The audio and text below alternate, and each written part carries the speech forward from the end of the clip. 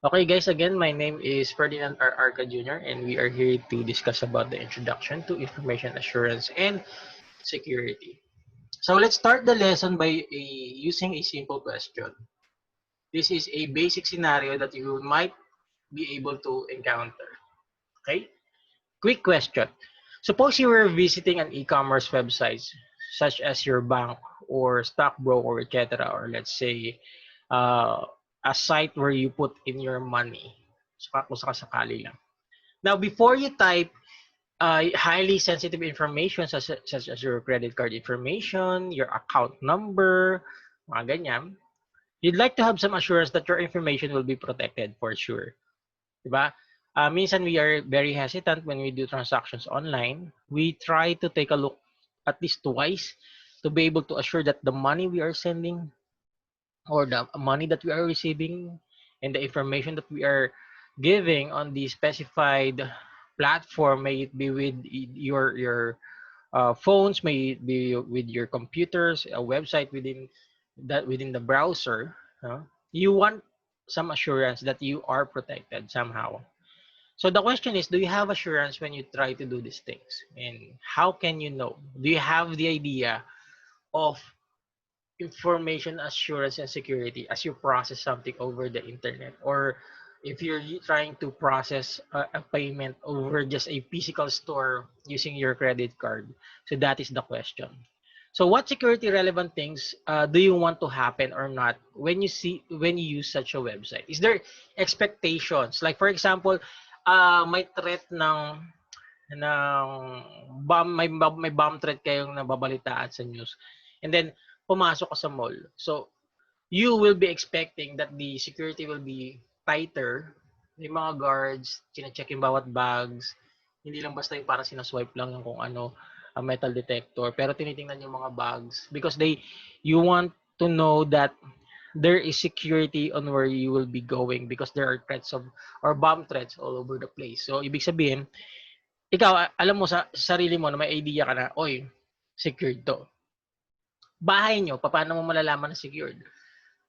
'Di ba? Una, pwedeng you will be locking your doors, your windows, see any or perceive any possible scenarios na pwedeng pasukin kayo ng hindi kilalang tao.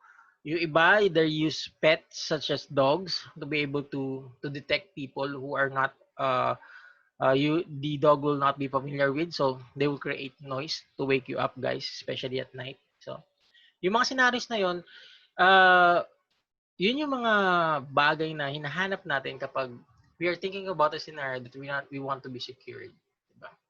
So it would be really relevant that in information technology you also have an idea kung paano niyo masisecure yung sarili ninyo or yung information ninyo.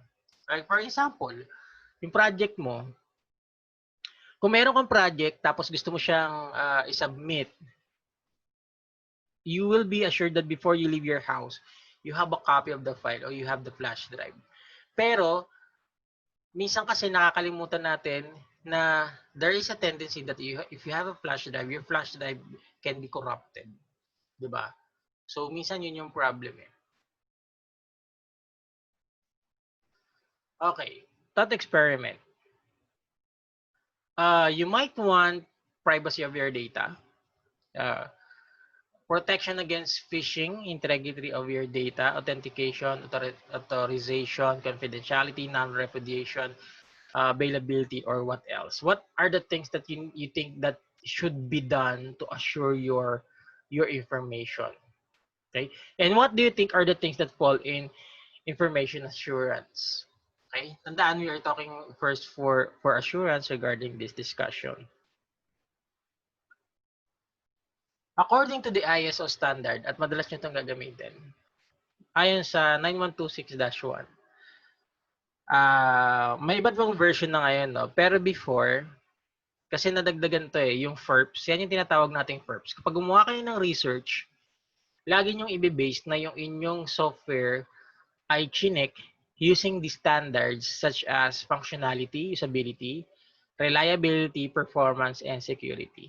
Now, it will be taught to you, or you will be thought about how you will be able to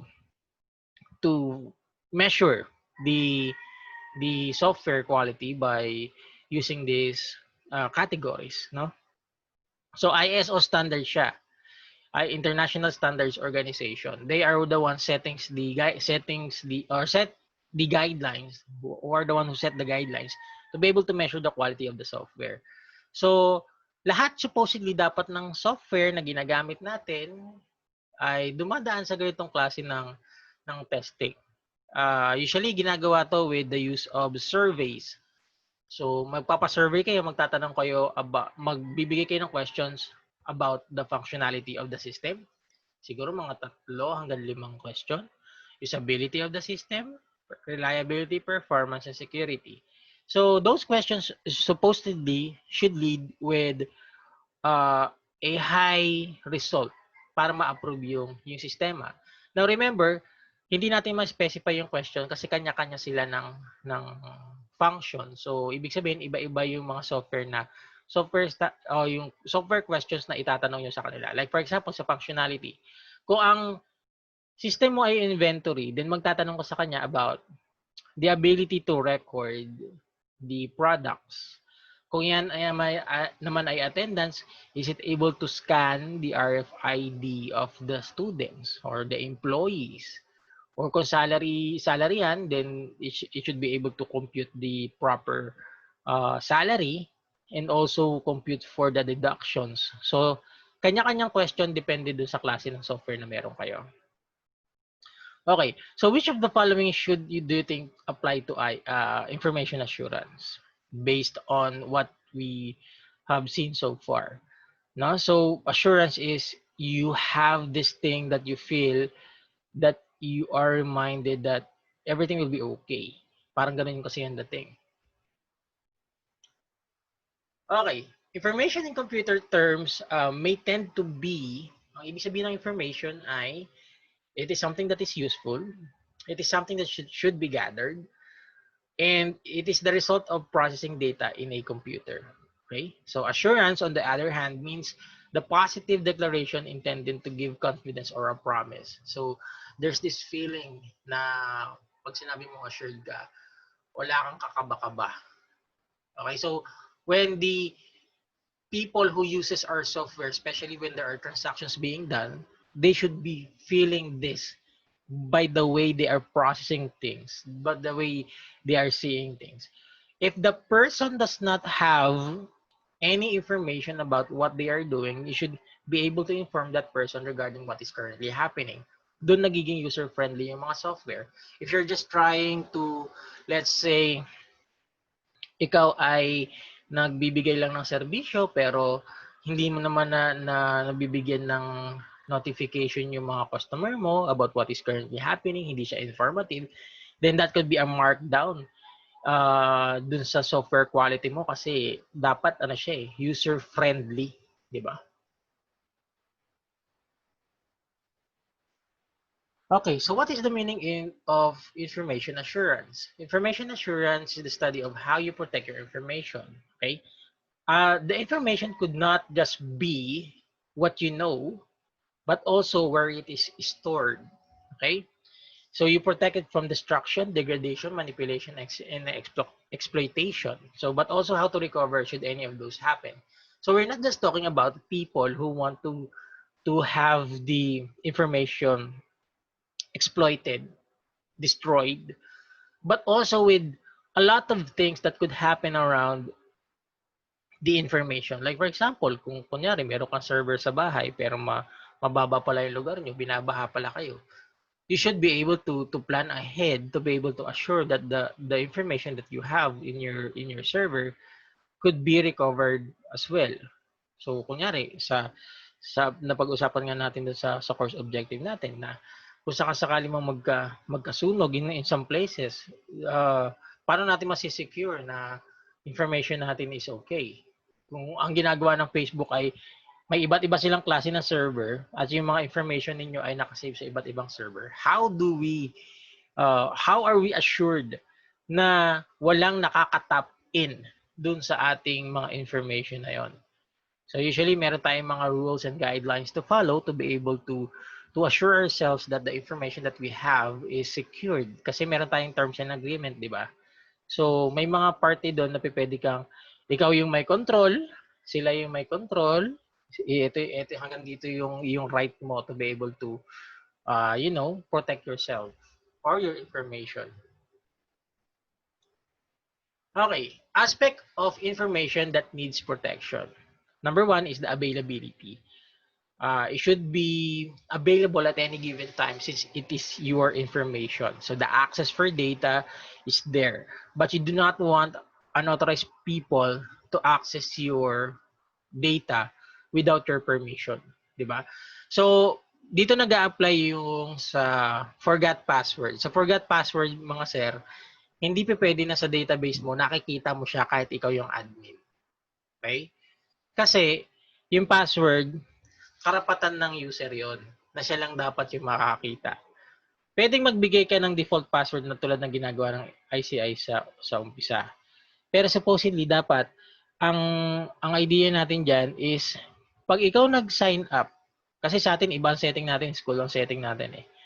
Pero sa mga website mapapansin mo, kapag ikaw nakalimot sa password mo, the only way that you could recover it is either you have another email that you signed up with na pwedeng sendan ng information, or pwede mo siya ma-recover through a secret question, or it could be sent into your phone, no? So maraming paraan kung paano 'yon yung gagawin. Pero the admin should not be able to have a look on your information simply because it is your right to know, to have that privacy. So dapat yan nakalock yan sa database. Hindi yan nakikita, naka asterisk asterisk asterisk lang din yan. Naka password car. Hindi dapat nakikita ng admin. Ang only way na ma-recover na doon is through an automation of recovery ng password. Yun lang dapat. Integrity, the protection against unauthorized modification or destruction of information. So every information that will be having sent to any data servers should be protected from modification, especially when we don't want it to be touched or let's say accessed. Kaya nga minsan kapag nagla-login tayo sa Facebook, nino-notify tayo ng Facebook. Teka, boss, bagong computer to, doon ka nag-login. Alam mo ba to? 'Di ba may mga email tayo nakukuha, may mga minsan kailangan may double authentication pa tayo ngayong tinatawag na pag nag-login ka sa isang computer na hindi kilala ng site about na pinupuntahan mo, sinesendan ka ng text or let's say nino-notify ka na uy, nag-login ka dito. Ganyan.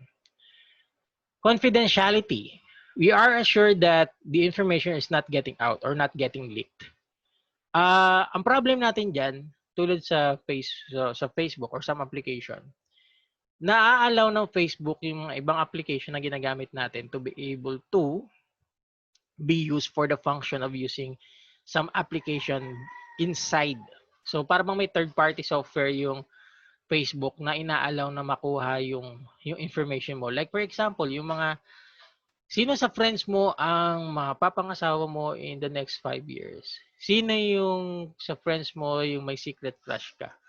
Nakalimutan ko yung pangalan application kasi hindi ko siya madalas siya ginagamit eh. Pero doon ang nangyayari, they're getting information kasi bago ka mag-play, meron ka munang sa-sign up na do you agree with the terms and conditions, etc. bago mo siya gamitin. Kasi ang gagawin niya para makapag-predict siya para sa iyo, kailangan niya ma-access yung information na listahan ng friends mo. And the minute that you do that, they will be able to view your profile. 'Di ba meron nga tayong website na they will post on your behalf. Parang ganun din yung dating nun. So they will have the right to use some informations that you have. So the confidentiality will also not just depend on the host or the admin of the website, but also from the user.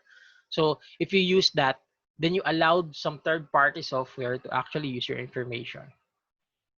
Okay, authentication. So the validity ang chine-check natin dito. So we authenticate that the person is the one logging in is the user, such as yung kaninang diniscuss natin, yung Facebook notification na kapag nag-login ka sa ibang PC. O kaya pag nag-post ka tas pag nag-delete ka, Nino-notify ka ng ano, ng Facebook. Kunyari, dinilit mo siya kaagad. Nino-notify ka niya if you're not the one, protect your account, if you're not the one posting this, etc., etc. Kasi may nagpo-post minsan on our behalf eh. So, yun yung ginagawa nila, chine-check nila. Non-repudiation, assurance that the sender is provided with proof of data and delivery. So, we have what we call the electronic data interchange, where we send out information about businesses. And in EDI, there are specific standards on what are to be sent out kapag kayo nagpa-process ng transaction. So kapag, let's say, if you want to create your own website that is like Lazada or like Shopee, you need to secure a certain certificate to be able to process online transactions kasi yun lang yung magbibigay ng assurance sa'yo that when you send data over the internet, it will be secured and encrypted para hindi siya matap in ng kung sino mga hacker.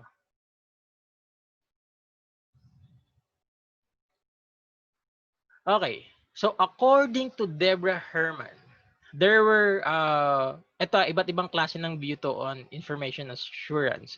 Kasi we cannot really define the boundaries of information assurance. So we got it from different people who are doing information assurance.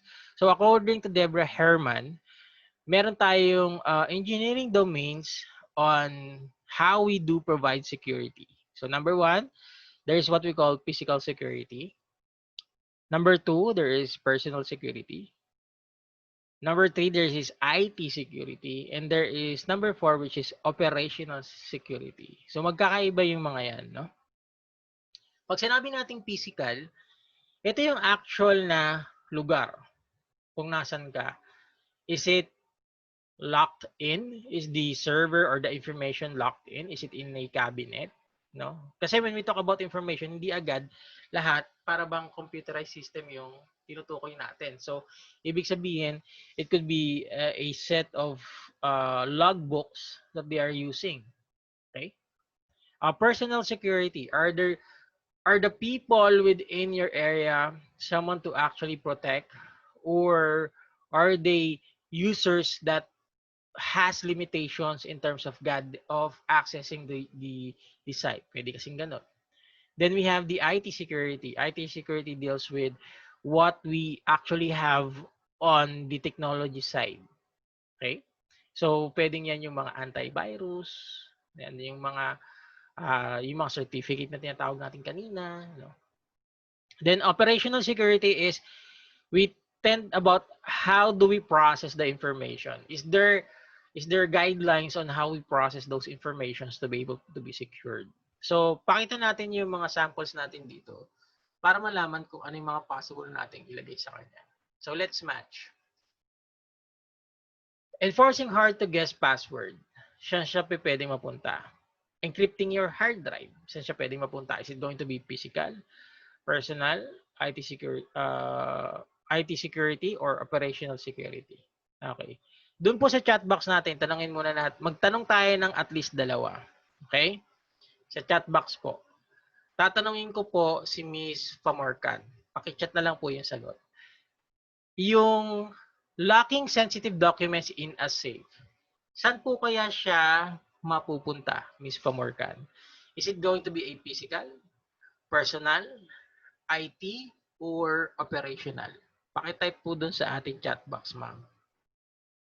Sige po, huwag pong mahiya. So habang nagta-type si Miss Famorcan, so tandaan, locking sensitive documents in a safe. Tatanungin ko naman po si Mr. Salinggohay. Okay? Ang sa'yo naman, Mr. Salinggohay, paki-type naman yung assigning security clearances to staffers. Saan kaya siya nakapasok? Paki-type po sa ating chat box. Assigning security clearances to staffers. Is it the physical security? Is it a personal security, personnel security, IT security, or operational security? Personnel. Okay. So check po natin yung results. Okay.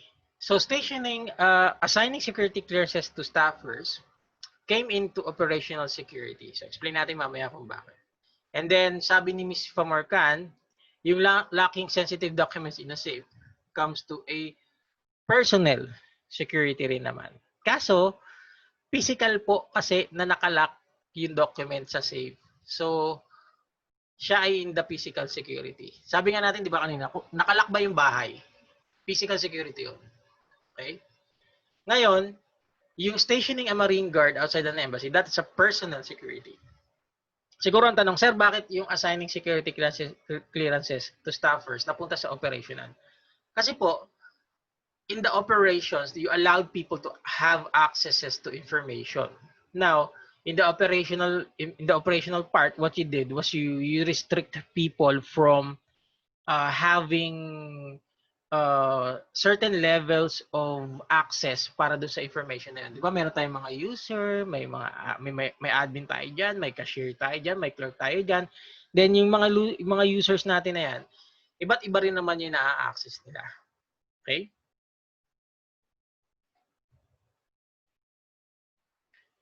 Okay, the four security categories. So we have the physical security, refers to the protection of the hardware and software, and data against physical threats. Okay? The personal security is a variety of ongoing measures. Okay, so the assigning of the level of the let's say the person does not go here, no? It could be about the people around. And intentional alteration, destruction, misappropriation. There's a lot of things that could happen in the personal security side.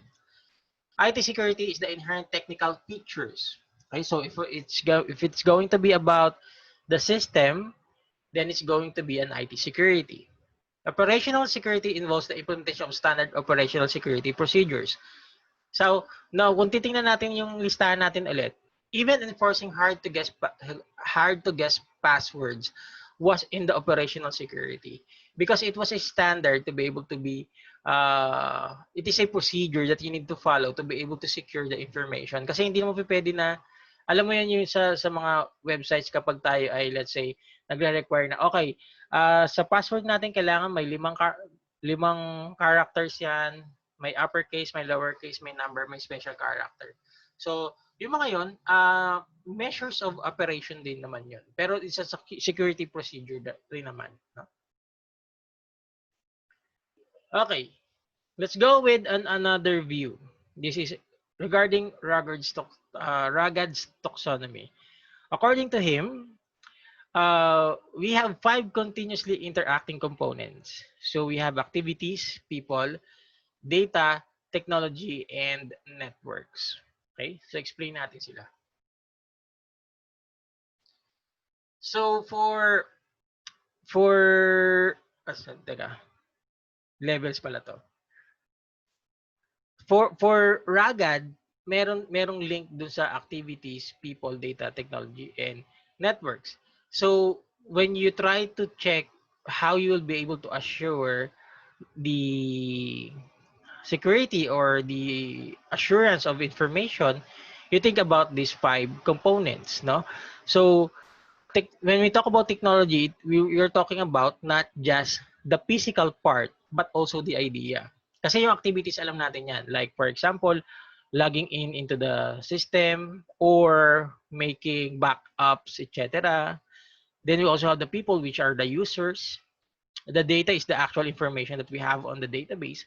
Pero pagdating sa technology, remember guys, na pag pinag-usapan natin technology, ang hirap kasi dito sa era natin, sa modern era, sa information age. When we talk about technology, we think about phones, we think about tablets, we think about any gadgets that we could think of. No? Pero technology is something that betters our lives. So, if it is about something that is an idea that has been implemented, pwede rin siya. So let's say, for example, ang technology natin dyan is the ability to process data and secure data, then that could be also a technology. But syempre, malaki din yung parte ng mga gadgets dito. So let's say we have firewalls, antiviruses, no? They could be a source of security para do sa ating information. And syempre, we have the networks. So depending on who are connected, you will be able to limit the people who are accessing the information. Okay. So another view is from Blight and Kovacic. To protect the information, we have three distinct levels. Number one is the physical part. Number two is the information infrastructure and the perceptual. Pag sinabi na nating physical, kung ano yung nangyayari talaga sa physical na mundo. Okay? Pangalawa is information infrastructure. This comes for the technology. So meron tayong physical, meron tayo yung mga nagagawa natin using a computer, at yung pangatlo yung perceptual. Ibig sabihin, parang mind games to. Knowledge and understanding in human decision space. If you will be able to put fear in someone's thinking, then that could be something that is perceptual. You think ahead of what might happen kasi ginagamit mo siya. So let's talk about the first level, which is the lowest level. Now, the attacker, para doon sa physical na level, ang pwede niyang gawin i-disrupt yung kakayahan. Pwede siyang manira, no? So, ano yung mga pwede niyang gawin? Yung attacker, pwede siyang magkaroon ng physical na atake doon sa mga kung nasaan yung ating mga information. Pwedeng sa server mismo, sa computer mismo. It could be an electromagnetic attack. Huwag kayong mag-alala, hindi po alam ko para bang ano siya, parang sa Voltes 5, electromagnetic tap, no? Pero yung electromagnetic attack po kasi, meron tayong mga electromagnetic pulse na ginagamit or nagagamit to be able to disrupt electricity. So it will shut down pag kunyari nag nagkaroon ng so much electricity, minsan nagsha-shutdown po yung mga ano. 'Di ba sa bahay pag kunyari na lumakas yung kuryente nyo, yung para hindi masira yung mga gamit nyo sa bahay, biglang magpa-plug down yung inyong breaker. Kasi sumusobra yung kuryente niyang makukuha at pine-prepare niya na hindi masira yung mga appliances. Kaya ang gagawin niya, mag-automatic shutdown yung breaker. So, ganun din yung nangyayari dito. Pag nag-provide ka ng electromagnetic attack o pulse, magsusobra yung kuryente, mag-shutdown yung mga breaker niya. Na yan. So, visual spying is also possible. So, pwede siguro sabihin natin dyan yung mga batang nasa computer shop na nakikinood. Okay, intrusion, scavenging, and removal, wiretapping, interference, and eavesdropping. So, these are done physically. So, ano ang pwedeng gawin ng ating defender o yung may-ari ng information? Provide physical security. 'Di ba? Yun lang. I-lock, huwag papasukin yung mga tao, siguraduhin walang nakakakita, ilagay sa malayong lugar kung kaya. So, kasi physical yung pinag-uusapan natin dito. Okay. So, I will be stopping our presentation in our meeting right now, and we will be providing another link on our groups. Okay?